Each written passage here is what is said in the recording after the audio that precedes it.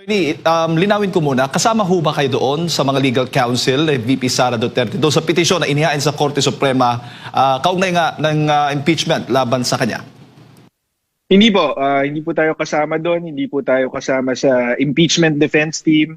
Currently, ang trabaho natin para kay VP Sara ay itong complaint lamang versus Ramil Madriaga. Opo. Attorney, komento ho ninyo, reaction ho ninyo, gaano ho ba kalakas itong naging argumento ng petisyon ni VP Sara Duterte, itong latest po, dyan po sa Supreme Court, kaugnay nga dito sa impeachment laban sa kanya, nais na ipatigil itong impeachment proceedings or itong pagdinig ng Kamara kaugnay nga sa impeachment complaints laban sa kanya?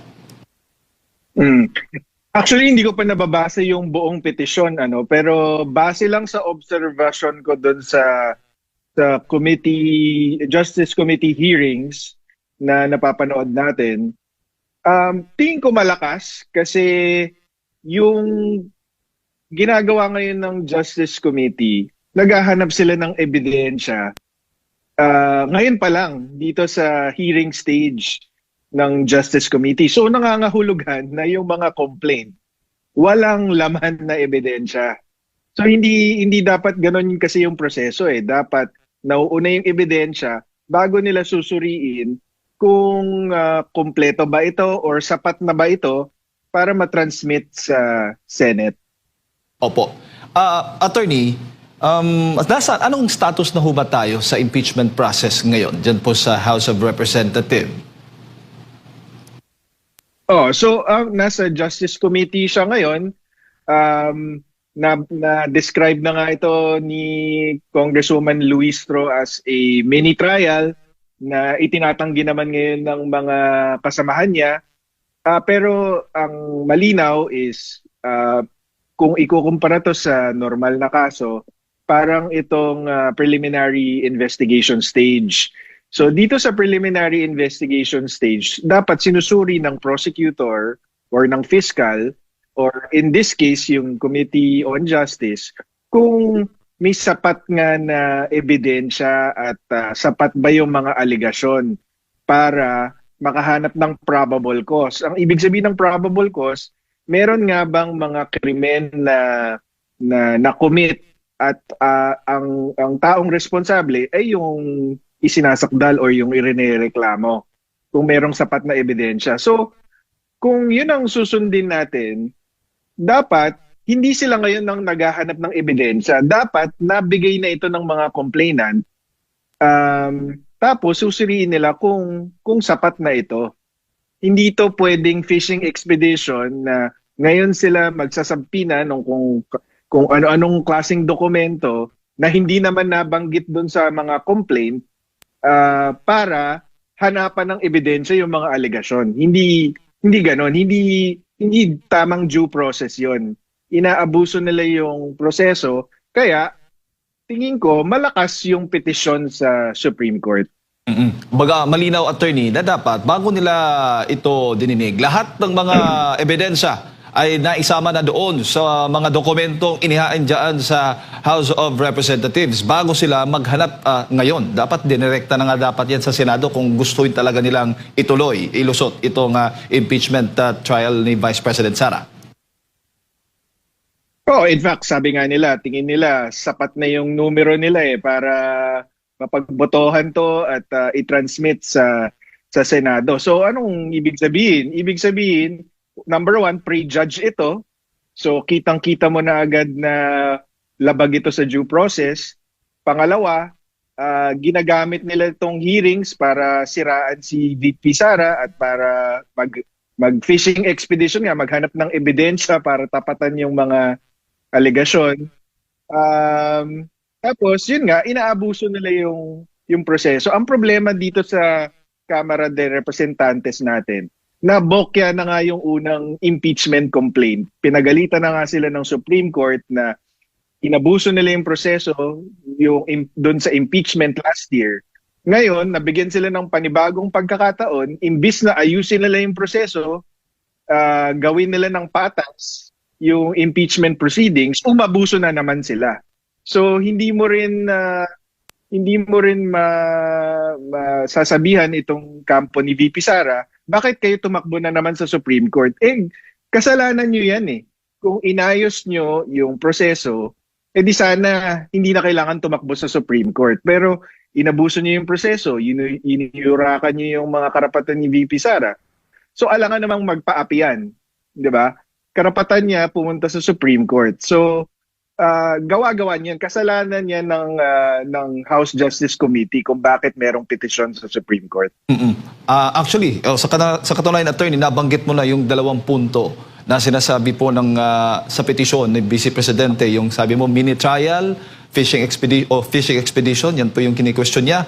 Yung kulang sa ultimate facts, yung walang sapat na batayan o ebidensya, puro alegasyon lamang, yan po. At ilan po dito sa mga punto pa ng kanyang petisyon, yung paglabag sa 1-year bar rule. Iginiit ng kampo ng Vice Presidente nga na 2 sa 4 na impeachment complaints ang lumabag sa konstitusyonal na panuntunan na nagbabawal sa pagsasampa ng higit sa isang impeachment proceeding laban po sa parehong opisyal sa loob ng 1 taon. Ano pong tingin ninyo? Hindi ako masyadong familiar dyan sa argument na yan ng grupo ni VP Sara. Pero sa akin, ang mahalaga dito, yun nga, itong mga complainants, pati itong mga nagsusulong ng impeachment, binigyan sila ng panibagong pagkakataon. Kung ako ay kasapi nila, ang gagawin ko is lahat ng itong mga ebidensya na pinapasampina nila ngayon, eh sinama ko na doon sa complaint. Tapos ihahain ko sa House Justice Committee para itong House Justice Committee wala na siyang kailangan gawin kundi suriin. Para hindi maging questionable itong proseso. Pero anong ginawa nila, 'di ba? Minadali na naman nila yung pag-file ng impeachment complaint. Hindi nila linagyan ng sapat na ebidensya. Tapos ngayon, napahanap nila sa House Justice Committee yung ebidensyang dapat nakalakip dun sa mga complaint. So anong ibig sabihin? Para sa akin, ang ibig sabihin nito, hindi nila kayang patunayan yung mga alegasyon nila nang hindi inaabuso yung proseso. Yun ang pinaka-importante dito. Hindi nila kayang talunin si VP Sara sa patas na labanan, whether sa impeachment or sa eleksyon. Kaya ginagawa nila, inaabuso nila yung poder nila dyan sa House Justice Committee para siraan na lang si VP Sara, gawa ng kwento, para makakuha ng siguro simpatya ng ibang tao na maniwala na itong si VP Sara masamang tao, corrupt, para pahinain siya sa 2028 at tuluyang ma-disqualify for 2028. Yun ang mahalaga dito. Politika lang ang hinahabol nila dito, hindi pananagutan. Speaking of proseso, attorney, isa din po doon sa maling proseso, yung sa referral, kung na-obserbahan po ninyo, na-monitor po ninyo, kini-question kasi doon sa petition din, yung naging referral ng mga reklamo sa House Committee on Justice. Ayon nga sa kanya, ang opisina lamang ng Speaker ang nag-refer nito at hindi ang buong kapulungan bilang isang body na labag umano sa tamang proseso. Ano bang tama ho ba yung legal na perspektibo po nito? Hindi ko po din familiar dyan sa argumentong yan. Nakita ko pero hindi ko alam yung facts. Ang gusto ko lang sabihin tungkol dito is nakita ko kasi si Congressman Terry Redon na naglabas ng statement na ang pinaka-komento niya dito sa petisyon ay panlilin lang daw ito ng Korte Suprema at ng publiko. Ang gusto ko lang isagot dito is number 1, pag sinabi mong panlinil lang ng Supreme Court, ang sinasabi mo is kayang linlangin ng Supreme Court. Hindi kayang linlangin ng Supreme Court. mga justice yan, matagal na sa hudikatura, mga dating abogado or mga abogado na matagal na. So hindi tamang sabihin na panlilin lang ito ng Supreme Court. Dahil ang Supreme Court, makikita kung nagsisinungaling ka man or hindi ka nagsasabi ng totoo, madali niyang makikita ito. So, pag sinabi mong linilin lang mo yung Supreme Court, mababa ang tingin niya sa Korte Suprema. Diba? Number two, yung panlilin lang ng publiko, actually, si Terry Redon ang naglabas ng petisyon. Kung makikita nyo, hindi nagpa-media ang kampo ni VP Sara nung final nila yung petisyon. Nung nakausap ko si Attorney Poa, mukhang last week pa na-file itong petition for April 1 certiorari and prohibition, pero hindi sila naglabas ng announcement or nagpa-cover sa media tungkol sa petisyon, kundi si Terry Redon mismo ang naglabas ng petisyon. So, paano niya masasabing nanlilin lang sila ng publiko? Ang ginawa lang nila dito is nag-file sila ng petisyon sa tamang forum, sa Supreme Court, para questionin yung mga pang-aabuso nila sa proseso. At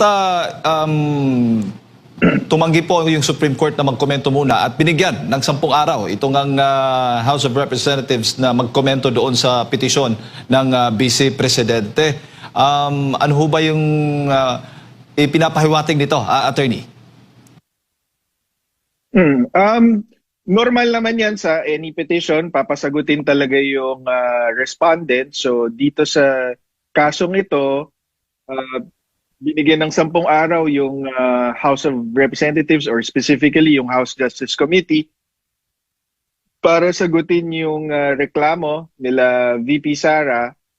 Ang binabandera naman ngayon ng Kongreso ay hindi daw nag-issue ng Temporary Restraining Order or TRO itong Korte Suprema. So, binabandera nila ito bilang patunay daw na tama yung ginagawa nila at pwede silang tumuloy.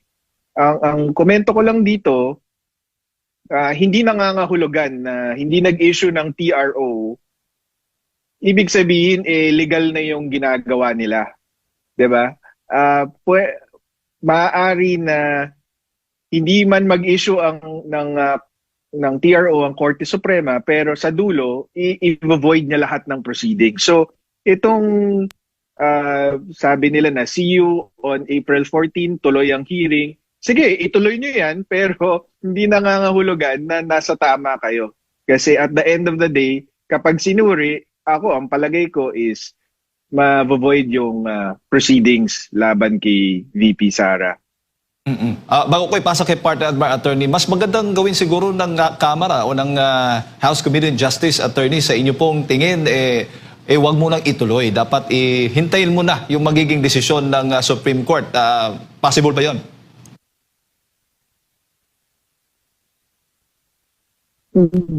Yun ang prudent. Yun ang prudent na gawin. In pagka-korte, ang pinag-usapan ko niya, lower court, tapos may litigant na tumakbo sa Supreme Court or sa higher court, pero walang inisyu na TRO, yung mga lower court, in deference to the Supreme Court or to a higher court, ang ginagawa nila, pinagpapaliban muna yung mga hearing. Kasi baka nga naman, kahit hindi nag-issue agad-agad ng TRO, baka mag-issue in a few days or in the future, binibigyan nila ng deference yung higher court bago sila gumalaw. Pero sa akin, kahit ituloy nila mukhang tutuloy naman talaga nila sa April 14, sa akin maganda din siguro na matuloy. Bakit? Kasi para makita ng Supreme Court yung pang-aabuso nila. Kasi sa April 14 talaga makikita kung ano yung consequence ng hindi pag-action ng Supreme Court. And mahalaga ito kasi dapat tandaan natin na ang Supreme Court justices, impeachable officers din yan. So kapag hindi nila hinarangan ito, nangangahulugan na pwede rin gawin sa kanila ito. So yung April 14 is an opportunity for the justices to see just how abusive and just how illegal this process is.